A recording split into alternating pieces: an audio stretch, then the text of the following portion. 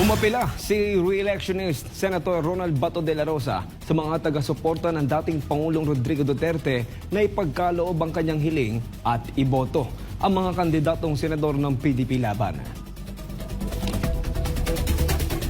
Matapos ang pagdiriwang ng kaarawan ng dating Pangulo, nagbigay ng update si Vice President Sara Duterte at sinabing nais ng kanyang ama na ihinto na ng kanyang mga taga-suporta ang pagtalakay sa legal na aspeto ng kanyang kaso sa International Criminal Court.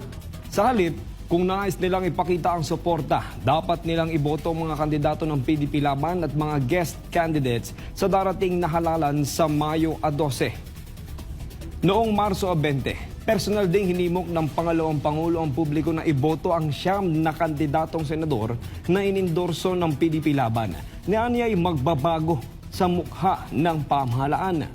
Kabilang sa senatorial lineup ng PDP laban, sina Senator Ronald Bato de la Rosa, Senator Bongo, Attorney Jamie Bondoc, Attorney J.B. Hinlo, Attorney Raul Lambino, Philip Salvador, Representative Dante Marcoleta, Pastor Apollo Siki Boloy at Attorney Vic Rodriguez.